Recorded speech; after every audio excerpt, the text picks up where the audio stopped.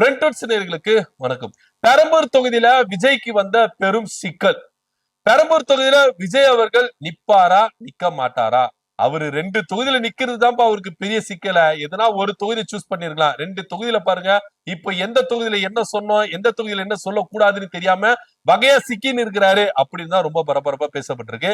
அப்படி என்ன பெரம்பூர் தொகுதியில விஜய்க்கு சிக்கல் வந்தது, ஏன் பெரம்பூர் தொகுதியில நிக்க மாட்டாரு அப்படின்ற ஃபுல் டீடைல டமால் டமில் பாலிடிக்ஸ்ல பார்க்கலாம் வாங்க.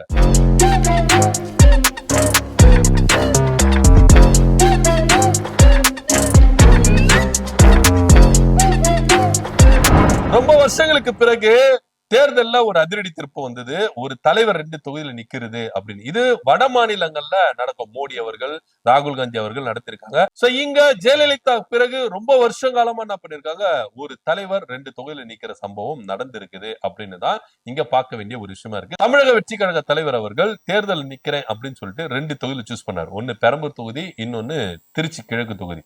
கான்பிடென்டா இருங்க, மக்கள் சக்தி நம்மளோட இருக்காங்க, தமிழ்நாட்டு மக்கள் தான் நான் தான் தமிழ்நாட்டு மக்கள், பெண்களுடைய ஆதரவு இருக்கு, இளைஞருடைய ஆதரவு இருக்கு, அப்படி இருக்கு இப்படி இருக்குன்னு எல்லா இடத்திலும் மேடைக்கு பேசின விஜய் தேர்தல் நிக்கும் பொழுது எனக்கு ஒரே தொகுதியில நிக்கிறேன், அந்த தொகுதியில எனக்கு மக்களுடைய வரவேற்பு இருக்கு, மக்கள் சக்தி அங்க கூட இருக்கிறாங்க, அப்படி இப்படின்னு நம்பிக்கை வச்சு, மக்கள் மேல நம்பிக்கை வச்சு, தொகுதி மக்கள் மேல நம்பிக்கை வச்சு, நிர்வாகி மேல நம்பிக்கை வச்சு ஒரு தொகுதியில நின்று ஜெயிச்சார்னா விஜய் அவர்கள் சொல்ற மாதிரி கான்பிடென்டா இருக்கிறாரு அப்படின்னு சொல்லலாம். ஆனா அவரு 2 தொகுதிக்கு போனார்ல, அங்கேயே அவர் கான்பிடென்ட் உடைஞ்சிருச்சு.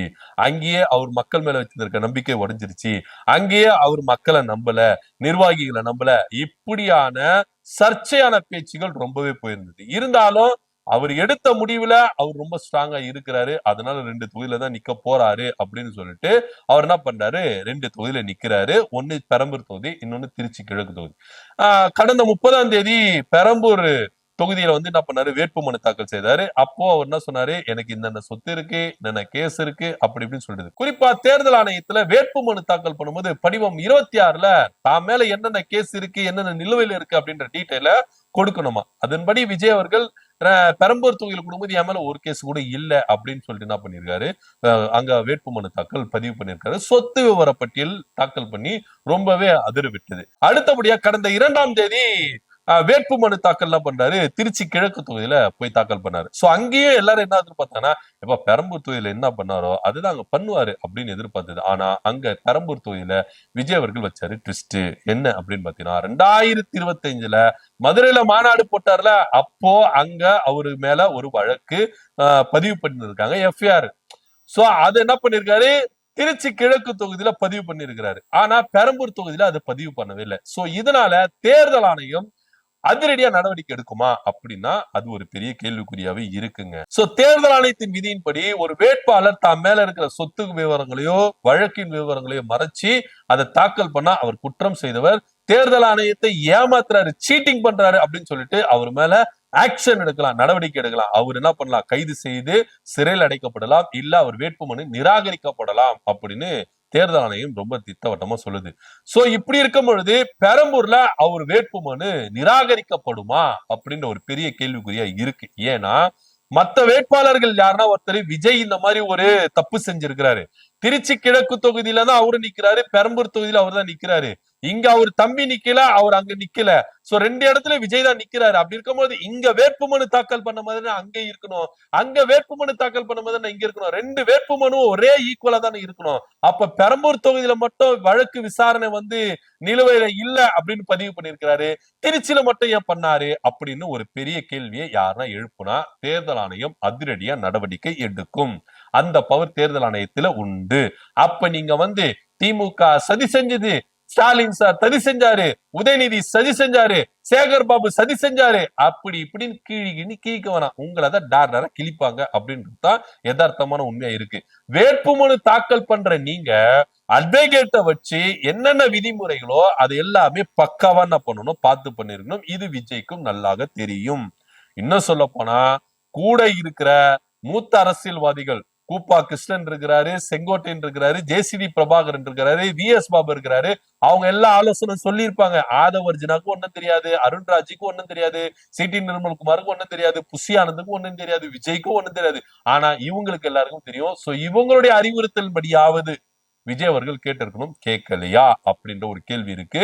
ஒருவேளை அட்வொகேட் சொல்றத இவர் மறந்துட்டாரா அப்படின்னு தெரியல. இப்ப கூட அவருக்கு டைம் இருக்கு. ஏன்னா வேட்பு மனு தாக்கல் செய்யறதுக்கு 6ஆம் தேதி வரைக்கும் டைம் இருக்காங்க. இன்னும் சொல்ல போனா ஒரு தொகுதியில ஒரு வேட்பாளர் 6 சீட்டு கொடுக்கலாம். ஆனா விஜய் அவர்கள் பெரம்பூர் தொகுதியில 2 சீட்டு தான் கொடுத்திருக்காங்க. ஒருவேளை இது திரும்பவும் ரீகரெக்ஷன் பண்ணி கொடுக்கறதுக்கான வாய்ப்புகள் இருக்கு. இதுல விஜய் அவர்கள் எந்த அளவுக்கு மும்முரமா இறங்க போறாரு அப்படின்னு தெரியல. ஒருவேளை தவறு பண்ணிட்டேன், தப்பு பண்ணிட்டேன் அப்படின்னு சொல்லிட்டு அதை கரெக்ஷன் பண்ணி கொடுத்தாலும் இத வேட்பு மனு தாக்கல் என்ன பண்ணுவாங்க, தேர்தல் ஆணையம் அங்கீகரிக்கும். ஏன்னா 6ஆம் தேதி வரைக்கும் டைம் இருக்கு. சோ 6ஆம் தேதிக்குள்ள விஜய் அவர்கள் என்ன பண்ணலாம், இந்த வேட்பு மனுவை திருத்தி என்ன பண்ணலாம், திரும்பவும் அப்ளை பண்ணலாம். ஏன்னா தேர்தல் ஆணையத்துல அதை அப்ளை பண்ணலாம். ஒரு தடவை ஒரு வேட்பாளர் 6 தடவை அப்ளை பண்ணலாம். இவர் 2 தடவை பண்ணியிருக்காரு. ஒருவேளை 3ஆவது தடவை பண்றதுக்கு வாய்ப்புகள் கொடுக்கப்படும் அப்படின்னு சொல்லப்படுது. இல்ல 6ஆம் தேதி வரைக்கும் கொடுக்கல அப்படின்னா அதுக்கப்புறம் வேட்பு மனு பரிசீலனை பண்ணுவாங்கல்ல, அப்போ தேர்தல் ஆணையம் பரிசீலனை பண்ணும் பொழுது பெரம்பூர் தொகுதியில நீங்க நிலுவையில இருக்கு 2025 மதுரை மாநாட்டில் நடக்கும்போது உங்க மேல ஒரு வழக்கு பதிஞ்சிருக்கு. அது நீங்க பெரம்பூர் தொகுதியில நீங்க பதிவு பண்ணல, திருச்சியில பதிவு பண்ணிருக்கீங்கன்னா 2த்துக்கும் டிஃபரெண்ட் வருது.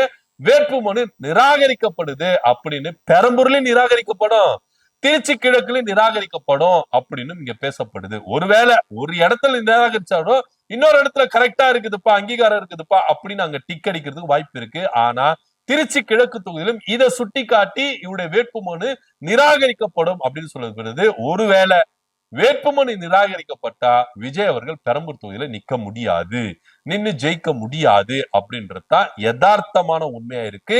சட்ட நிபுணர்களும் இததான் சொல்றாங்க அப்படின்றதுல எந்த வித மாற்று கருத்துல. சோ விஜய் அவர்கள் அரசியலுக்கு புதுசு, தேர்தலுக்கு புதுசு. சோ 4 பேரை கேட்டு தெரிஞ்சிருக்கணும், அட்வொகேட் பேச்சு கேட்டு இருக்கணும். நான் மேல என்னென்ன வழக்கு இருக்குது, என்னென்ன இது இருக்குது அப்படின்றது. இன்னும் சொல்ல போனா இங்க பரப்புரை மேற்கொண்டார்ல, 30ஆம் தேதி பரப்புரை மேற்கொண்டார்ல, அப்ப அவர் மேல வழக்கு பதிவு, அந்த வழக்கு என்ன பண்ணிருக்காரு சொல்லி இருக்கிறாரு.